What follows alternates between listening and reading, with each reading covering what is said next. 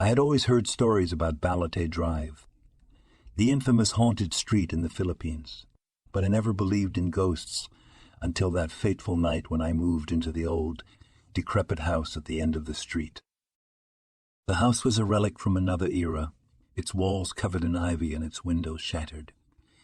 It stood alone amidst a dense thicket of trees, as if nature itself was trying to reclaim it.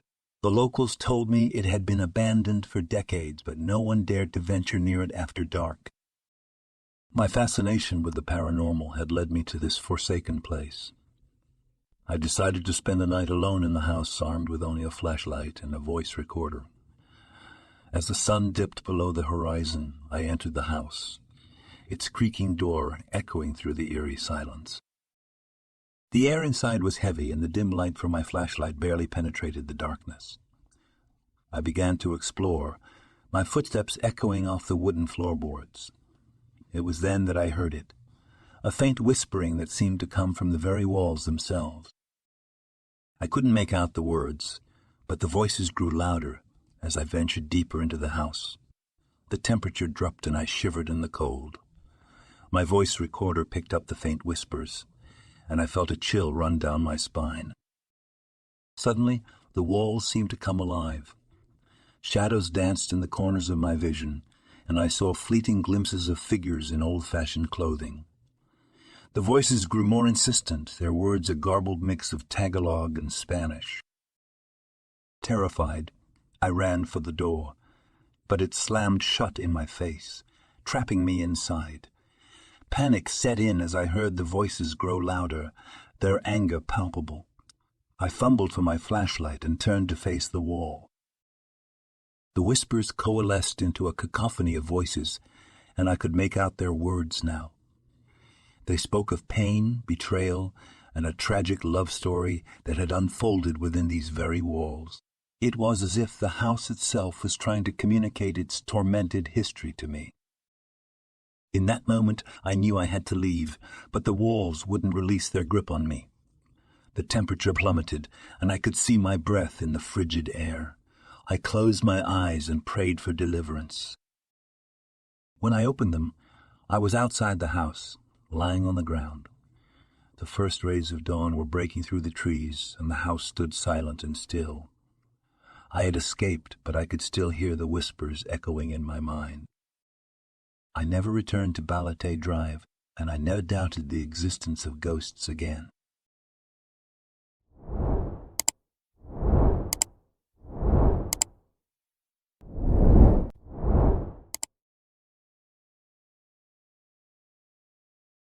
Villa Magdalena, a grand mansion nestled in the heart of a lush, remote village, was a sight to behold.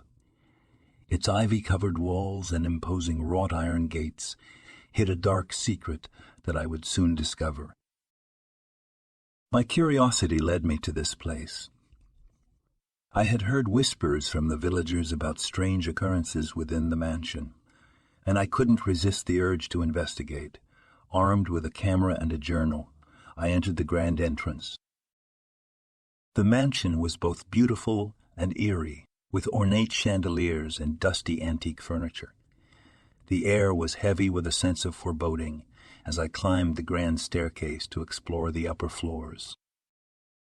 As I reached the top of the stairs, I heard faint music, the notes of a piano drifting through the air. I followed the sound to a room at the end of the hallway. The door creaked open, revealing a grand piano bathed in moonlight, but there was no one there. I raised my camera and began to take photos, hoping to capture evidence of the supernatural. Suddenly, the piano keys began to move on their own, creating a haunting melody. My heart pounded as I watched in disbelief. Then, a figure appeared at the piano, a woman in a flowing white gown. Her back was turned to me, but I could hear her sobbing as she played. I approached cautiously, my camera still in hand. "Who are you?" I asked, my voice trembling. She turned to face me, her eyes hollow and filled with sorrow. "I am Magdalena," she whispered.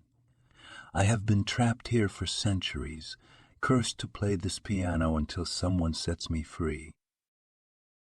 I felt a chill run down my spine as I realized the gravity of the situation. I asked her how I could help, and she explained that I needed to find a hidden locket in the mansion, the key to breaking her curse. For hours I searched every nook and cranny of Villa Magdalena, my heart racing with each step. Finally, in a dusty attic, I found the locket, a beautiful silver pendant. As I held it in my hand, I felt a surge of energy and knew what I had to do.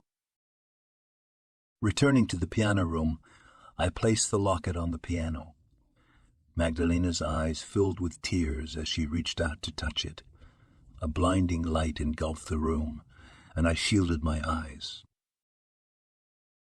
When the light subsided, the mansion was silent, and Magdalena was gone. I left Villa Magdalena that night, knowing that I had played a part in setting a tormented soul free.